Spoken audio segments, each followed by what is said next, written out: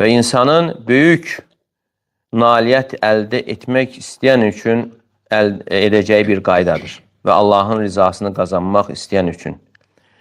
Vidalaşanın namazını qıl və oruç tutduğun zaman vidalaşanın orucunu tut. Yəni, insan elə düşünməlidir ki, bu onun axırıncı Ramazanı ola bilər. Və zikr etdiyin zaman vidalaşanın zikrini et. İstiğfar etdiyin zaman vidalaşanın istiğfarını et. Sədəqə verdiyin zaman vidalaşanın sədəqəsini ver. Yəni, axırıncı sədəqən ola bilər. Və Quran oxuduğun zaman vidalaşanın Quranını oxu və həmçinin valideynlərinə yaxşılıq etdiyin zaman, yəni vidalaşan, elbəki etdiyin əməl, valideynlərə etdiyin yaxşılıq, son yaxşılıq ola bilər. Və həmçinin qohumlarla əlaqəni birləşdirdiyin zaman, qonşularına yaxşılıq etdiyin zaman, yəni elbəki sonuncu əməl olduğunu düşünərək et. Yəni bu qayda insanın bütün həyatına aid olmalı. Yəni ölümü gözünün qarşısında et və ibadətini, vidalaşanın ibadətini et. Əgər sənə deyilsə ki, yəni bu namaz, cümə namazı və yaxud da digər hər hansı bir namaz sənin sonuncu namazındır.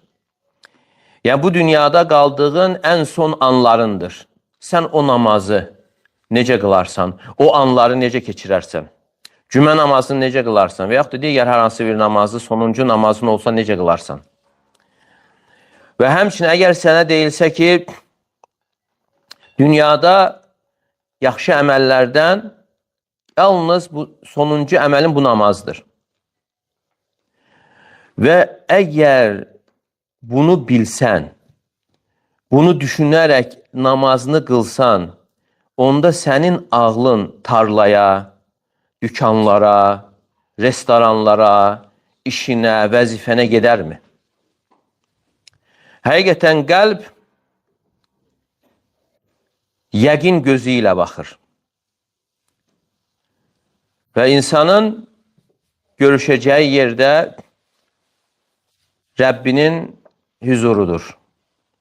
Hər bir an, hər bir saniyə, həyatımızdan keçən hər bir an, hər bir saniyə elə bir ki, vidalaşma anlarıdır. Yəni, insan onu etdiyi əməlləri əmanət olaraq yerləşdirir. Həm vidalaşma və həmçinin əmanəti qoyma anlarıdır.